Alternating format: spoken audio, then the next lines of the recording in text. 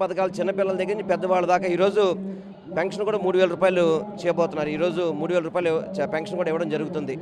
గతంలో ఎన్నడూ లేని విధంగా భారతదేశంలో ఎక్కడ కూడా 3,000 రూపాయల పెన్షన్ అనేది భారతదేశంలో ఎక్కడ లేదు. ఎందుకంటే అవ్వాతాతల మీద ప్రేమతో ముఖ్యమంత్రి గారు వారికి ఒక తోడుగా వాళ్ళ ఇంట్లో పెద్ద అబ్బాయిగా ఉండాలని చెప్పి ఏదైతే మాట ఇచ్చారో ఆ మాట ప్రకారం ఈరోజు 3,000 రూపాయలు చేయడం కూడా చాలా సంతోషంగా ఉంది.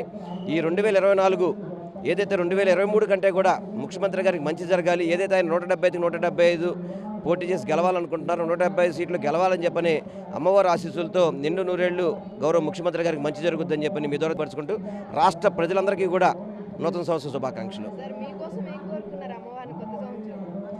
నేను మళ్ళీ జగన్మోహన్ రెడ్డి గారితో ప్రయాణం చేయాలి, ఎమ్మెల్యే అవ్వాలి, తప్పకుండా ఆయనతో పాటు నేను అసెంబ్లీలో అడుగు పెట్టాలని మాత్రం మనస్ఫూర్తిగా కోరుకుంటున్నాను.